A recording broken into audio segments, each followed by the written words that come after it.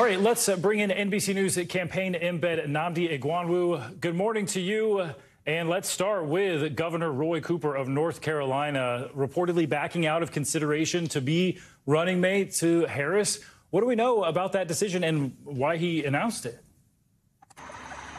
Yeah, that's the decision that we heard last night from the governor, who was considered to be one of the front runners in the race for VP. We did a count in NBC News analysis of the vice president contenders that have been with Harris the most, and he actually was at the top of that list. They do have a pretty good relationship, but Cooper himself saying in a statement that now is simply not the right time for him to leave North Carolina and be on the national ticket.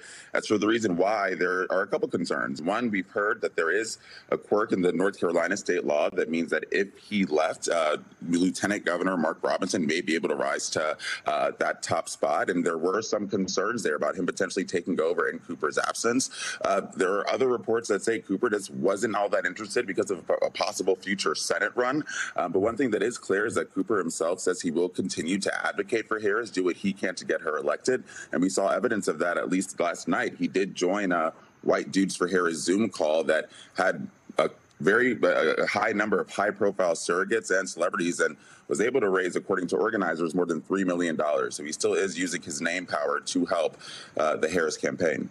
And that was actually the name of the call, White Dudes for Harris. Yeah, that's not a mistake. And it's not just Cooper. We also know that Michigan's Governor Gretchen Whitmer also telling Morning Joe that she's just not being considered. She's not in the vetting process right now. We know she's also taken part in that rally with Pennsylvania's Governor Josh Shapiro yesterday, also supporting Harris. And of course, Pennsylvania helped push Biden over the top in 2020. So is Governor Shapiro, is he now sort of considered the front runner in the Veep stakes? Well, certainly. He's definitely considered among the leading frontrunners right now. Like you mentioned, Pennsylvania is a top battleground, one that is crucial for the path to victory for the Harris campaign. And it doesn't hurt that he is a very popular governor in that battleground state. That he was with Whitmer over the weekend, and he turned out about 1,000 people to a campaign rally for Harris, many of whom told our reporters there that they were intrigued by the idea of him possibly serving alongside Harris. So he is up there, but we do know there are some other names that are still in active consideration. There's Mark Kelly out in Arizona, who's still considered a pretty top prospect. And we also know that there are newer faces that we now know are in the vetting process, whether that's Tim Walz in Minnesota or even Governor J.B. Pritzker in Illinois. So I've talked to some campaign officials that says until that August 7th deadline, names are still being considered, and that we may not know until a couple days before. Wow, I can't imagine waiting for that call, and also how important Pennsylvania actually is in this whole process. But not just Pennsylvania. I want to talk about Kentucky. I've been a little surprised that Governor Andy Beshear hasn't had more attention in the Veep stakes. Of course, he's been mentioned a lot, but now we have this new reporting about his being scrutinized for his abortion record in the state. Of course, that state was carried by Donald Trump by more than 20 points back in 2020. So walk us through these criticisms, though, of Beshear. Yeah, Governor Andy Beshear has emerged at least as another vice presidential contender, largely due to the fact that he is in a red state that Donald Trump picked up by 20 points, but is popular and has been elected twice now by larger margins in each race.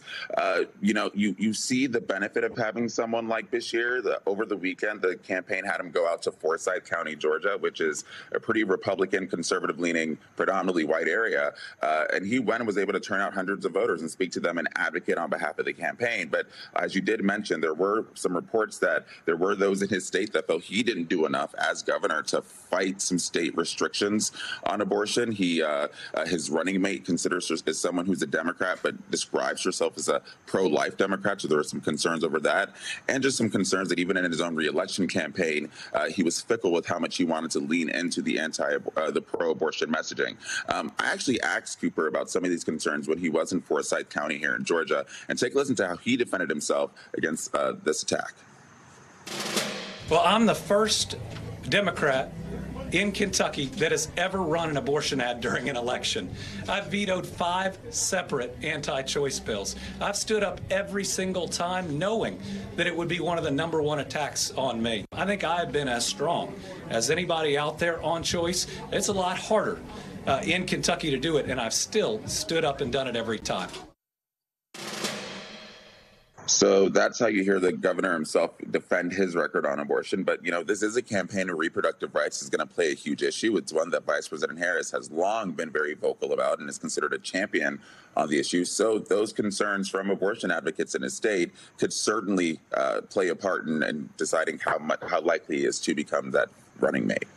And just more than a week now, we'll see how this all plays into that VP pick. Nnamdi Egwuonwu, thanks so much. Thanks for watching. Stay updated about breaking news and top stories on the NBC News app or follow us on social media.